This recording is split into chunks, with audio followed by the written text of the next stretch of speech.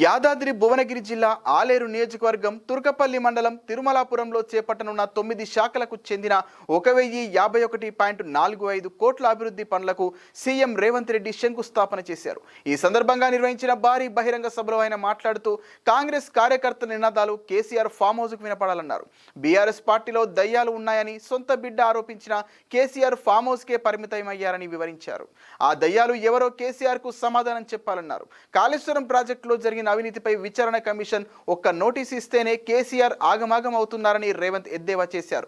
యాదగిరిగుట్ట దేవస్థానానికి ఏపీలోని తిరుమల తిరుపతి దేవస్థానం తరహాలో బోర్డు ఏర్పాటు చేస్తామని సీఎం రేవంత్ అన్నారు.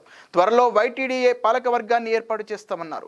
తిరుమల తరహాలోనే ఇక్కడ కూడా విద్యా సంస్థలను యూనివర్సిటీ స్థాయికి అభివృద్ధి చేస్తామని, ప్రఖ్యాత యూనివర్సిటీని గొప్ప విద్యా సంస్థలను నెలకొల్పుతామని, గోశాలలు భక్తులకు సదుపాయాలు కల్పిస్తామని ప్రకటించారు. టీటీడీ తరహాలోనే వైటీడీఏ కూడా మున్ముందు సామాజిక సేవా కార్యక్రమాల్లో పాల్గొనేలా తీర్చిదిద్దుతామన్నారు. ప్రభుత్వ ఉద్యోగులు తమ సమస్యలు పరిష్కారం అవుతాయని హర్షం వ్యక్తం చేస్తుంటే బీఆర్ఎస్ వాళ్ళు మాత్రం విమర్శలు చేస్తున్నారని సీఎం మండిపడ్డారు. 60 కేజీల బంగారంతో కార్యక్రమాన్ని పూర్తి చేసుకొని ఈ రోజు భక్తులకు పెద్ద ఎత్తున ఈ రోజు ఆనందాన్ని కలిగించే నిర్ణయం తీసుకున్నాం.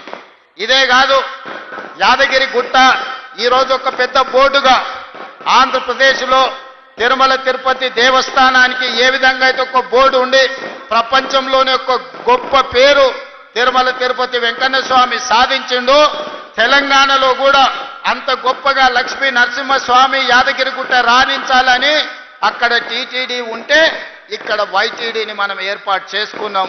యాదగిరిగుట్ట టెంపుల్ డెవలప్మెంట్ కమిటీని వేసుకునేది ఉంది, తొందరలోనే మనం వేసుకోబోతున్నాం.